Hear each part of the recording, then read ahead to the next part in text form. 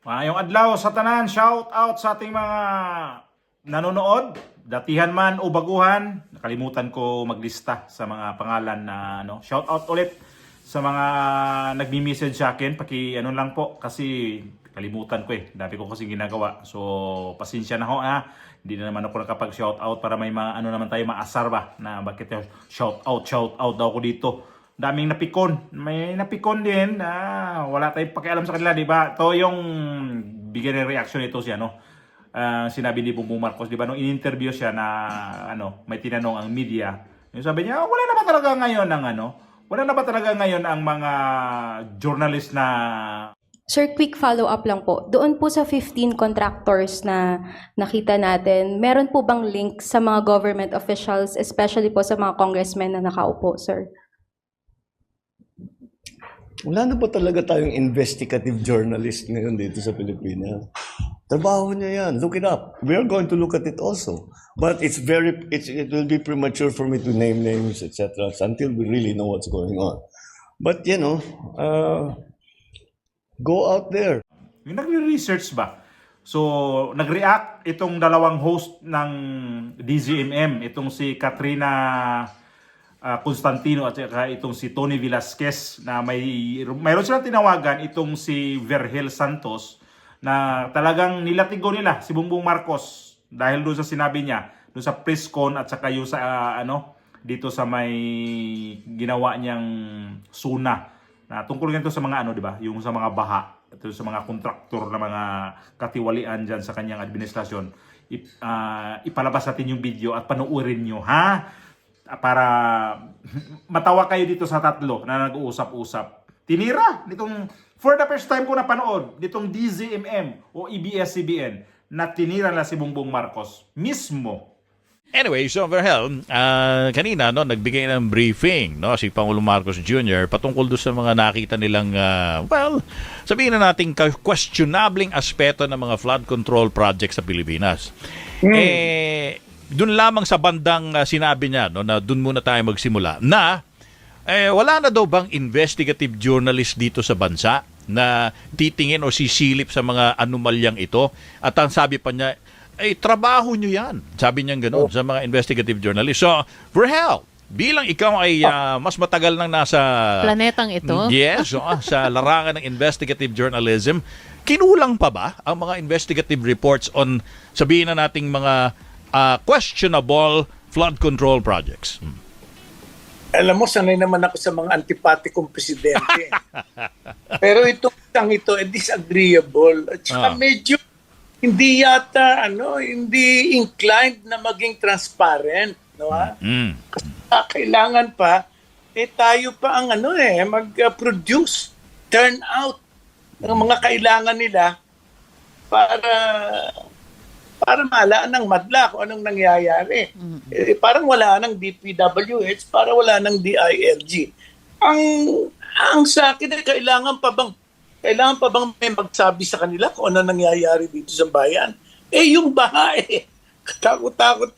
Isang maglakad-lakad ka lang dyan, babahain ka At alam naman natin kung gaano katakal na yung problemang yan Ngayon ang may problema, media.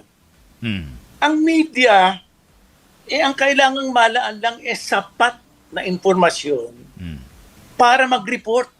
Okay. Hindi kailangan alamin ng kung ano-ano dyan. Trabaho nila yun Ang kailangan is enough information to warrant a public warning. Yan lang ang kailangan natin.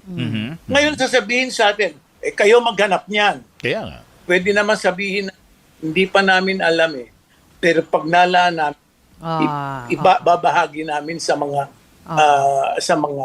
media. Di ba? Ganun lang naman Pero wala namang problema kung di nila alam yun ang problema, hindi nila alam. Ang problema nga nito, nakakatakot nito tayo ang may problema. Ang problema ay pinasa sa atin. Iyan kasing mga media hindi nire-report ang problema ng bayan Kaya hindi natin mas solusyonan. Ano bang hindi yata naiintindihan ng ating gobyerno na ang nila, gobyerno. Mm. Ha? Yeah. Gusto nila, isama tayo dyan. Gawing business na rin natin ng gobyerno at tayo ang unang-una, first instance, na magsasabi kung anong problema ng gobyerno. Bago yan eh.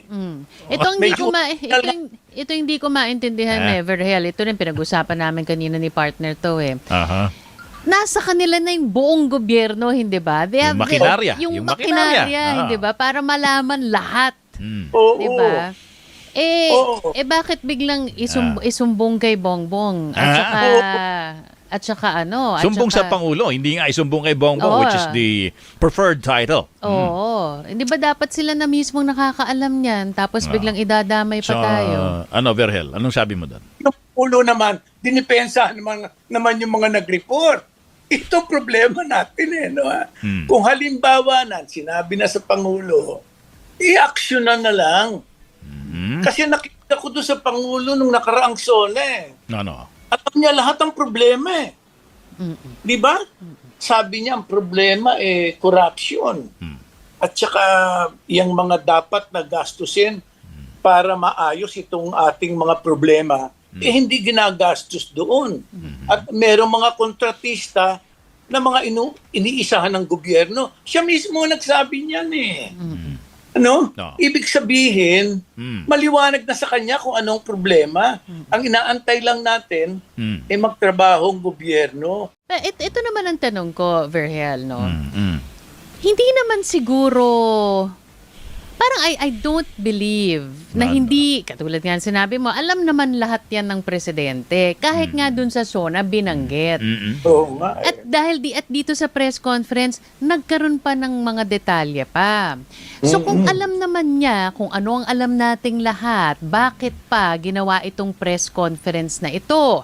Ito ba'y para sa atin? Or meron siyang pinatatamaan na hinihintay niya yung karampatang aksyon or warning ba ito dito sa mga politikong ito? Alam mo, dumabo pa lahat Tapos kung marinig yung SONA, akala ko malinaw na Ito ang problema. So ang inaantay ko na lang ang solusyon. Hindi. Biglang may press conference. Ang problema tayo.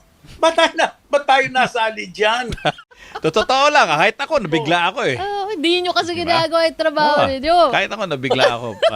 Sa totoo lang. Ngayon, okay, sabihin na natin, let's just give the benefit of the doubt na kapag nagbukas ng isumbong sa Pangulo, which should have been called isumbong kay Bongbong, na website, sa tingin mo ba, Verhel, will this be an effective tool para din malaman din or makita ng magbigay ang publiko ng sarili nilang sumbong about anomalies sa mga proyektong nakikita nila? Walang mangyayari dyan. Isumbong mo. Kung talagang gusto mong gumawa, nahan dyan ang DPWH, nahan dyan DILG, nahan dyan ang social services, nahan dyan lahat So ba meron tayo? So Verhel, what did we just see? Was it all for show? And who's the intended recipient? Hindi, nagalit ang tingin ko Nung itanong natin, sino ba yung mga gagong yan na iniisahan ng gobyerno? Di ba? Yun ang tanong Sino ba yung mga yan? Hindi pa pala niya alam. Nung huli siya magsalita akala ko alam na niya. Medyo napahiya siguro yung mama. Kaya naging antipatiko. Kala ko siguro na kasi journalist, 'di ba? Yung sinasabi ni ni Bongbong Marcos. Ang pangit naman kasi pakinggan Tama yung mga nila, kuro-kuro nila na itong administrasyon na to, itong gobyerno, sa kanila lahat. Ngayon, mayroong mga sinasabi si Bongbong Marcos na yan yung mga kontraktor na sa flood control. Bakit hanggang doon lang siya? Usigin niya na.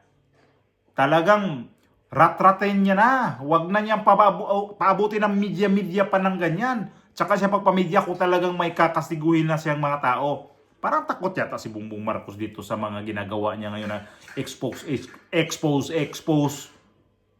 nag-expose ka sa mga ganyang kumpanya, kung sino may mga may-ari niyan, itudo mo na, wag mo nang ano yan, wag ka na magpamilya-bilya nga. Kasi, ikaw presidente, lahat na, sinabi nga sa tatlo lahat ng makinarya sa'yo. O sige, magtawag ka na sa NBI. Ipaimbestigahan na to. Ipasok mo to sa ombudsman, itong mga to.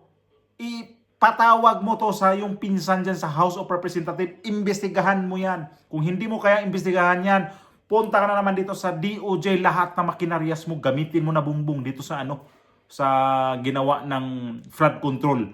Na mayroon ka na mga listahan na ni-expose sa media, di ilabas mo kung sino mang mga may-ari yan at magkano ang kada isang project niyan. Yan ang tama niyan, bumbong. At ngayon, pinagtawanan ko tuloy dito sa mga media na to.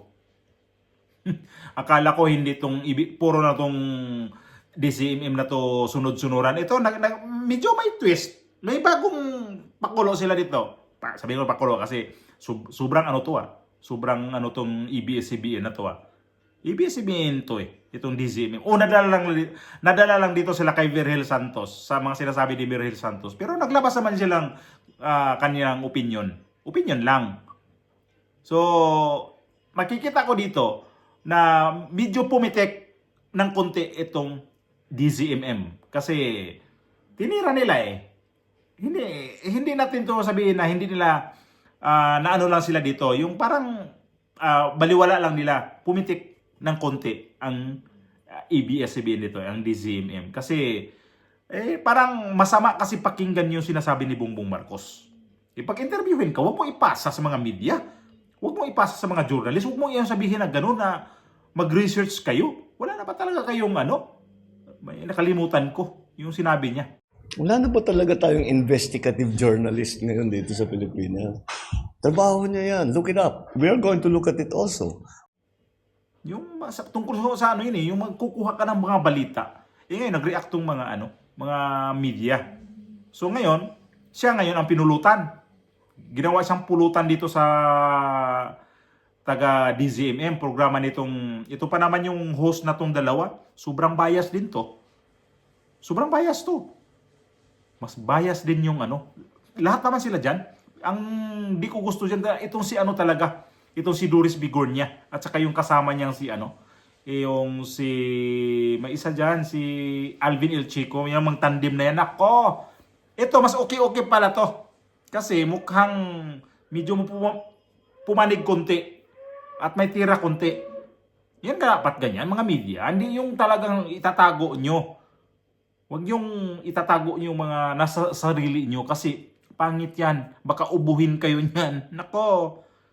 Nayari kayo dyan. Kayo na nga niyayari nitong presidente na to. Di ba? Nakaano sila nadala sila dito sa guest nila. Itong si Virgil Santos. Kasi hindi ko alam kung ano talaga ang papel nitong si Virgil Santos. Kasi bakit tinawagan nila to. At nadala sila sa kanyang mga sinasabi. Tama naman kasi talaga kasi nasa gobyerno mo to. Dapat ikaw na ikaw na mismo. Mayroon ka ng SUNA. Mayroon ka ng ini-expose ng ganito. Para walay pa rin, wala. Pahiwatig talaga na sobrang hina talaga itong presidente natin. Lakasan mo ang loob mo, presidente ka. Huwag ka matakot. Takot ka dyan sa mga congressman ngayon na ang nagiging kontraktor, nagiging ng dispalko, naging nangulimbat, nagiging nagnakaw, nagiging palamunin. Yung mga lintik na yan, huwag ka matakot dyan. Akong presidente yan, talagang itong pagsuna mo, umpisahan ko na talaga noon. Hindi ko talaga hindi ko patulugin itong kongreso. Imbestigahan nyo yan, ha? Dilat-dilatan ko ng mata, yan, ganyan. Ay magkahadlok. Hadlok man ka. Talawan ba ni mo? Sa di ka natuli? Hadlok man ka? Birahin na.